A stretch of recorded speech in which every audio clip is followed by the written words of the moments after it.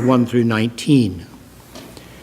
Once again, David assembled the select warriors of Israel, 30,000 strong.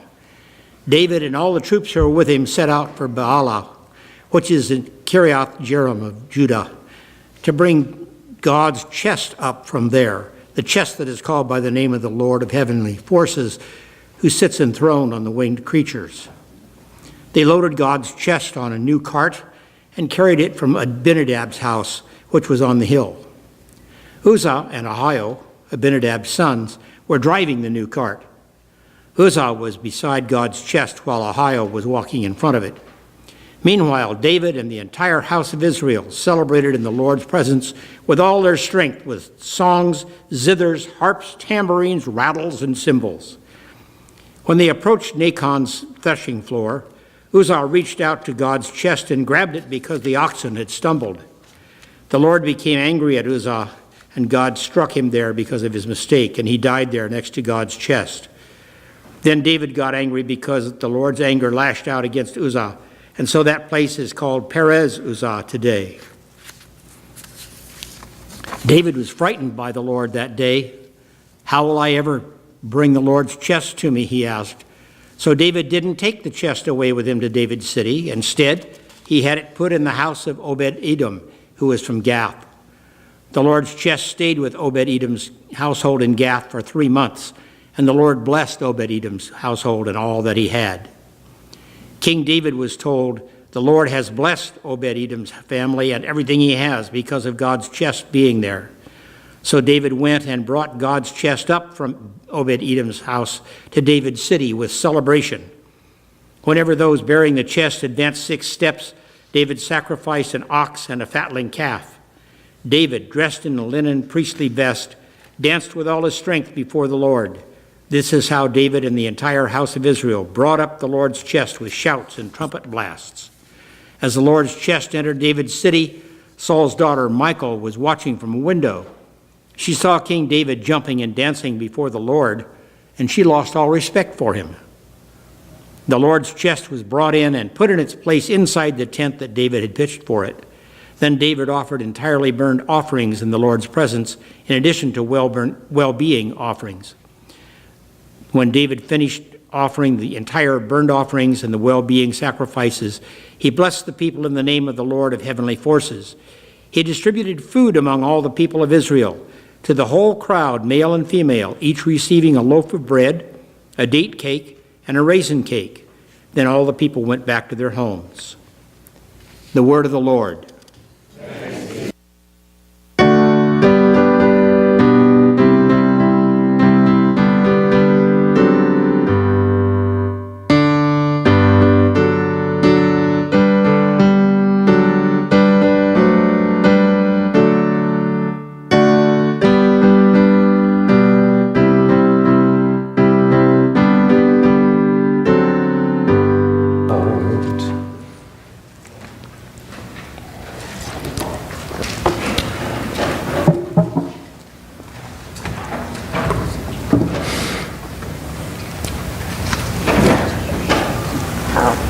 So did anybody else hear this story and have an Indiana Jones flashback?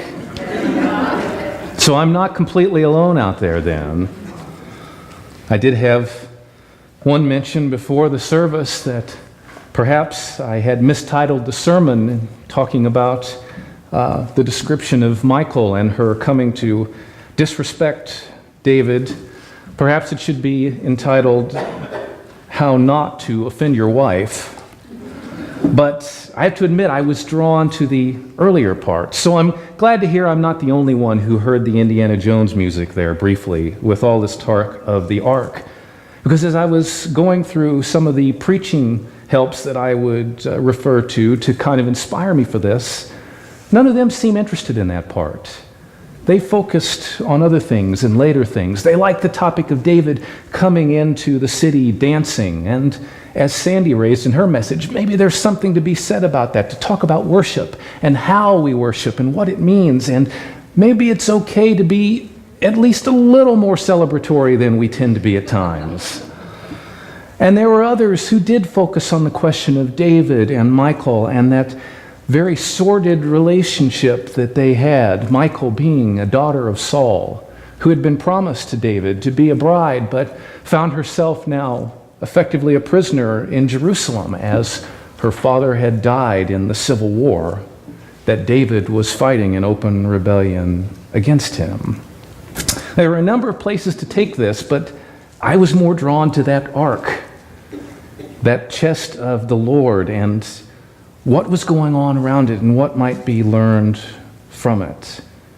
I was awed by the story of David going out to retrieve it, 30,000 soldiers strong, going out to retrieve the ark. I was taken aback by the story of the ark falling off the oxen cart, and Uzzah stumbling forward out of what I can only imagine was respect to catch it so that it would not drop. And because he had not followed and adhered to the rules regarding the chest, he was struck dead that day. And I shared David's frustration and anger, and in some respects, his fear. How are we to be close and behold the presence of God when that presence is so powerful that it may even become lethal? I was drawn to the history behind the ark, not the made-up stuff that we see in the movies, but the actual history.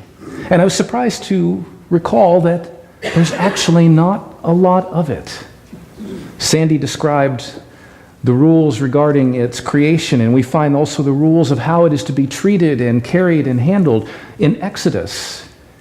And then, through this history of the Bible, the ark kind of disappears for a while until we find Saul and his army carrying it into battle, only to lose it in a fight with the Philistines, and the Philistines to then capture the ark and take it into their possession and into their encampment.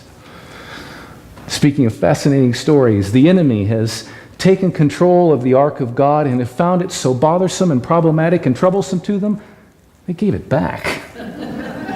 What conquering army ever takes a spoil of war and says, "This isn't worth the trouble, you can have it back"? The Ark of the Covenant, not something to be trifled with, apparently.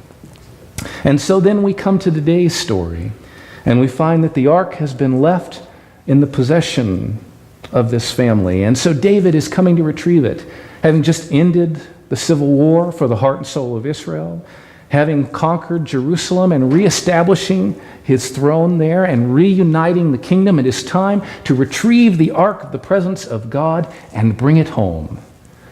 So with singing and dancing and the playing of instruments and an army of great numbers, David leads out from the city to recover the ark. And then the terrible accident happens with Uzzah, and David abandons it, unsure that the presence of God can be contained and can be brought home, and leaves it there in the presence of a Gentile farmer for some months before gathering the courage and the strength to once again go out and recover the ark. And we're told that in that time, unlike the Philistines, who had taken the ark by force and by feat of arms, who found it troublesome and problematic and a curse upon them, this Gentile farmer found it to be a blessing. And he and his home and all who lived upon his family farm, they prospered and they flourished in its presence. Perhaps that is what changed David's mind, that perhaps it was worth the risk to embrace the ark and to bring God's presence home. So he goes out to try again, and he retrieves the ark, and this time they're able to bring it safely and securely. It never falls off the cart. No one's life is ever sacrificed, and they bring it into the city, and David begins to dance and to celebrate and to praise God as the presence of the ark, the presence of God, is brought back to the capital of Israel. All of this in and of itself is fascinating. A reminder of the power of God as perhaps a divinity not to trifle with, but also as a God who is able to bring great blessing. And I was drawn, instead of a question of how do we or should we worship, or a question of how do we not upset our wives, I was drawn to the question of how do we embrace the presence of God? How do we see God present in the world? We know today that the ark has been lost to time. Many have gone out and sought it for any number of reasons, but I doubt it is hiding in a government warehouse somewhere. I think the ark of our God may be beyond our human grasp. And yet we know that even though the ark is not with us, the presence of God remains by still. We do not need the physical manifestation of the ornate box. We do not need the treasures that were contained within. God is able to be present and with us in these moments even now. And we know the power of God to be present in a multitude of ways. But where would we encounter God? Where would we try to encompass God and contain God? Like the ark, perhaps is our God too great to be contained in one place? I look at the story and I'm reminded of the temptation to which David succumbed to bring God's presence into his holy city and proclaim that our God is here with me. Is this not a temptation that we face as people of God? To proclaim that we have brought the presence of God into this sanctuary and we have this amazing treasure, this capability for blessing, if you all would just come. But then I'm reminded that in that story, the ark was held outside the walls of the city of Jerusalem. That it was held in the presence of a simple Gentile farmer and his family. And there, far away from the temple that was yet to be built, far away from the trappings of royalty, it created great blessing. Sometimes the presence of God is most strongly felt outside of our walls. And I'm reminded not only of the blessing of this family, but of the curse upon the Philistines. And I can't help but wonder if perhaps God's presence isn't felt and manifested in different ways based on how we are drawing and inviting God to be with us and amongst us. Do we seek the presence of God not only to be blessed, but to bless others? Or like the Philistines, do we seek God to be our treasure and our spoil, something we can lord over those around us, perhaps even use as a weapon against those whom we want to strike down? Do we find ourselves claiming the presence of God only to experience something so holy and divine as a curse upon us? A reminder that God will not be drawn in vain into the enterprises of oppression, but God is inviting us to let forth divine power and make it a tool for blessing. I realized early in this process that even narrowing it down to simply God's presence in the ark, there were too many places still left to go. For something whose history is so condensed and so absent, it invites such possibility and such questioning on our parts. But it left me wondering, in what ways do we welcome the presence of God? In what ways do we invoke the name of the divine? In what ways do we celebrate God's love present among us? And are we willing to let our God outside the walls every now and then again to reside in the presence of the unexpected? The neighbor down the street who perhaps has never darkened the door of any church, much less our own. The person in the other direction who slept on the street overnight because he has no door to darken. Children in the neighborhood who are missing family or parents as their families have been divided by discord in the household, by imprisonment, by arrest. What if God could be present in these folks who aren't gathered here this morning? What if God could be with them and offer them blessing as well. Unlike David, maybe our call isn't to go out and gather God in. Maybe our call is to gather ourselves in here so that we can then carry God out. And I have good news on that front. Unlike the troubles that David and his army faced, there is no ark that we have to carry. For those of us whose knees and backs aren't up to the task, fear not, you won't need them.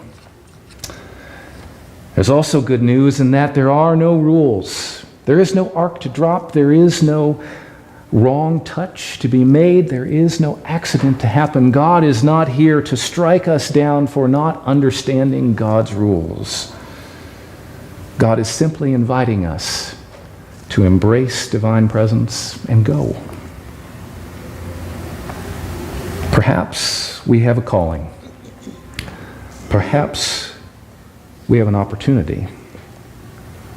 Perhaps we have a mission. Perhaps that is to discover that we can be the presence of God. And it's time for us to take it out into the world. May God fill us with understanding. May God bless us with energy. And may God guide us in hope. Amen.